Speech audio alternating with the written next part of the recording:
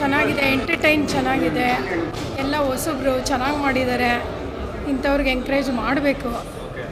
ಚೆನ್ನಾಗಿದೆ, ಫ್ಯಾಮಿಲಿ ಕೂತ್ಕೊಂಡು ನೋಡೋ ಅಂಥ ಫಿಲಮ್. ಇಂಟ್ರೆಸ್ಟ್ ಇಲ್ಲ ಆ ಥರ ಏನಿಲ್ಲ. ಇದು ನೋಡಿದ ತಕ್ಷಣ ನೋಡಬೇಕೇನೋ ಕ್ಯೂರಿಯಾಸಿಟಿ ಇತ್ತು. ನೋಡಿದ್ರೆ ಹೆಸರು ಕೇಳಿ ಹೆಂಗಪ್ಪ ಇರುತ್ತೆ ಅಂತ. ತುಂಬ ಚೆನ್ನಾಗಿದೆ, ಫ್ಯಾಮಿಲಿ ಕೂತು ನೋಡ್ಬೋದು ಆರಾಮಾಗಿ. ಚೆನ್ನಾಗಿದೆ, ತುಂಬ ಚೆನ್ನಾಗಿದೆ. ಕಾಮಿಡಿಗಳು ಚೆನ್ನಾಗಿದೆ, ಇಷ್ಟ ಆಯಿತು. ಕಾಮಿಡಿ ಸಿನಿಮಾ ಅಲ್ವಾ, ಕಾಮಿಡಿ ಚೆನ್ನಾಗಿದೆ, ಇಷ್ಟ ಆಯಿತು. ಸೋಂಬೇರಿತನ ಮಾಡೋರಿಗೆ ಮೆಸೇಜ್ ಇದನ್ನು ಕರ್ಕೊಂಡು ಬಂದು ತೋರಿಸ್ಬೇಕು. ಕಾಲೇಜ್ ಹುಡುಗರೆಲ್ಲ ಬಂದು ನೋಡಬೇಕು, ಅವಾಗ ಗೊತ್ತಾಗುತ್ತೆ. ನೋಡ್ಬೋದು, ಫ್ಯಾಮಿಲಿ ಎಲ್ಲ ಬಂದು ನೋಡ್ಬೋದು.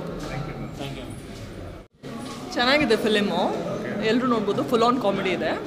ನಮ್ಮ ಮಮ್ಮಿ ಪರ್ಫಾರ್ಮೆನ್ಸ್ ಜಾಸ್ತಿ ಇಷ್ಟ ಆಯಿತು ನನಗೆ. ಎಲ್ಲರೂ ಟೈಟಲ್ ಆ್ಯಕ್ಚುಲಿ ಕ್ಯಾಚಿ ಆಗಿದೆ.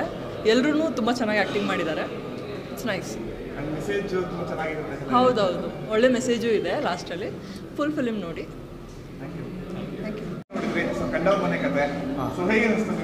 ಎಲ್ಲ ಚೆನ್ನಾಗಿದೆ, ಒಳ್ಳೆ ಕಾನ್ಸೆಪ್ಟು. ಆಮೇಲೆ ಸ್ಟೋರಿ ಚೆನ್ನಾಗಿದೆ. ಒಬ್ಬ ನಿರುದ್ಯೋಗಿ ಬಗ್ಗೆ ಮನೆಯಲ್ಲಿರುವಂಥ ಅನುಮಾನಗಳು ಯಾವ ರೀತಿ ಬದಲಾವಣೆ ಆಗುತ್ತೆ, ಅವರು ಮುಂದೆ ಒಂದಿನ ಬದಲಾಗ್ಬೋದು ಅನ್ನೋದನ್ನು ಒಳ್ಳೆ ಕಾನ್ಸೆಪ್ಟ್ ಇದೆ, ಇಟ್ಕೊಂಡು ಚೆನ್ನಾಗಿ ಮಾಡಿದ್ದಾರೆ. ತುಂಬ ಸೂಪರಾಗಿದೆ. ಇಲ್ಲ, ಒಳ್ಳೆ ಚೆನ್ನಾಗಿ ಮಾಡಿದ್ದಾರೆ, ಸೂಪರಾಗಿ ಮಾಡಿದ್ದಾರೆ.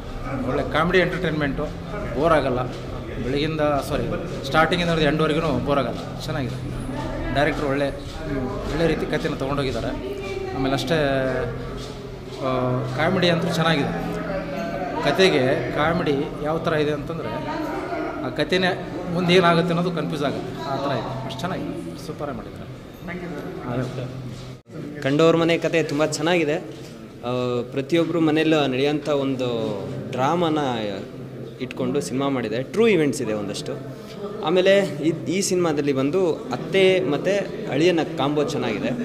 ಹಳೆ ಸಿನಿಮಾಸಲ್ಲಿ ನಾವು ನೋಡ್ತಾ ಇದ್ವಿ, ಶಿವರಾಜ್ ಕುಮಾರ್ ಅವ್ರದ್ದು ಸಿನಿಮಾ ಬಂದಿತ್ತು, ಇದರಲ್ಲಿ ನೋಡಿದ್ವಿ. ಅದಾದಮೇಲೆ ತುಂಬ ಗ್ಯಾಪ್ ಆಗಿತ್ತು ಈ ಒಂದು ಕಾಂಬೋ ಬಂದು. ಸೊ ಅತ್ತೆ ಪಾತ್ರ ಅವರು ತುಂಬ ಚೆನ್ನಾಗಿ ಮಾಡಿದ್ದಾರೆ. ನಮ್ಮ ಸೂರಜ್ ಅವರು ಫಸ್ಟ್ ಟೈಮ್ ನಾಯಕ ನಟನಾಗಿ ಅಭಿನಯಿಸಿದ್ದಾರೆ.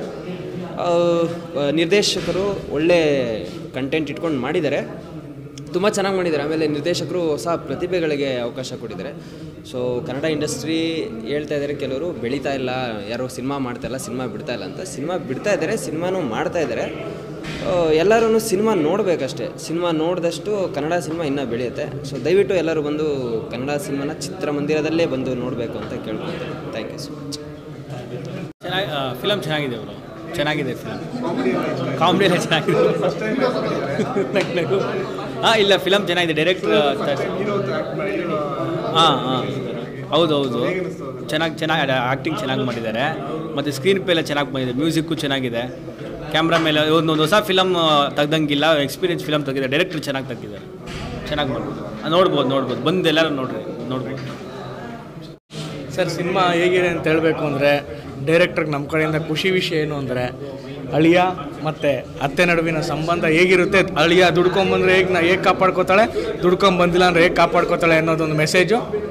ಒಳ್ಳೆ ಮೆಸೇಜ್ನ ಯಾರು ಯೂಸ್ ಇದ್ದಾರೆ, ಕೆಲ್ಸಕ್ಕೆ ಹೋಗದೆ ಇರೋರು, ಯಾರು ದುಡಿಮೆ ಇಲ್ದೇನೆ ನಂಗೆ ಲೈಫ್ ಸಾಕಪ್ಪ, ನನ್ನ ಲೈಫ್ ಇಷ್ಟೇ, ನಾನು ಕುಡ್ಕೊಂಡು ಅದು ಕೆಟ್ಟ ಚಟಗಳನ್ನ ಮಾಡ್ಕೊಂಡಿರೋರು ಯಾರು ಇದ್ದಾರೆ, ಅವರೆಲ್ಲ ಈ ಸಿನಿಮಾ ಬಂದು ನೋಡಿದ್ರೆ ಮದುವೆ ಆದಮೇಲೆ ಲೈಫಲ್ಲಿ ನನ್ನ ಹೆಂಡ್ತಿನ, ನನ್ನ ಅತ್ತೆನ ಹೇಗೆ ನಾನು ನೋಡ್ಕೊಳಕ್ಕಾಗುತ್ತೆ, ಆಗಲ್ಲ ಅನ್ನೋದು ಅವ್ರ ಮನೆಗೆ ಹೋದಾಗ ಏನು ಗೊತ್ತಾಗುತ್ತೆ, ಆ ರಿಯಾಲಿಟಿ ತೋರಿಸಿದ್ದಾರೆ ಸರ್. ದಯವಿಟ್ಟು ಎಲ್ಲರೂ ಚಿತ್ರ ಬಂದು ನೋಡಬೇಕು. ಪ್ರಣವ್ ಶೆಟ್ಟಿ ಅವ್ರಿಗೆ ನನ್ನ ಕಡೆಯಿಂದ ಒಂದು ಒಳ್ಳೆ ಥ್ಯಾಂಕ್ಸ್ ಹೇಳಬೇಕು ಅಂತ ಕಾಯ್ತಾ ಇದ್ದೀನಿ ಸರ್. ಬರಲಿ, ವೆಯ್ಟ್ ಮಾಡ್ತಾ ಇದ್ದೀನಿ. Thank you sir, thank you.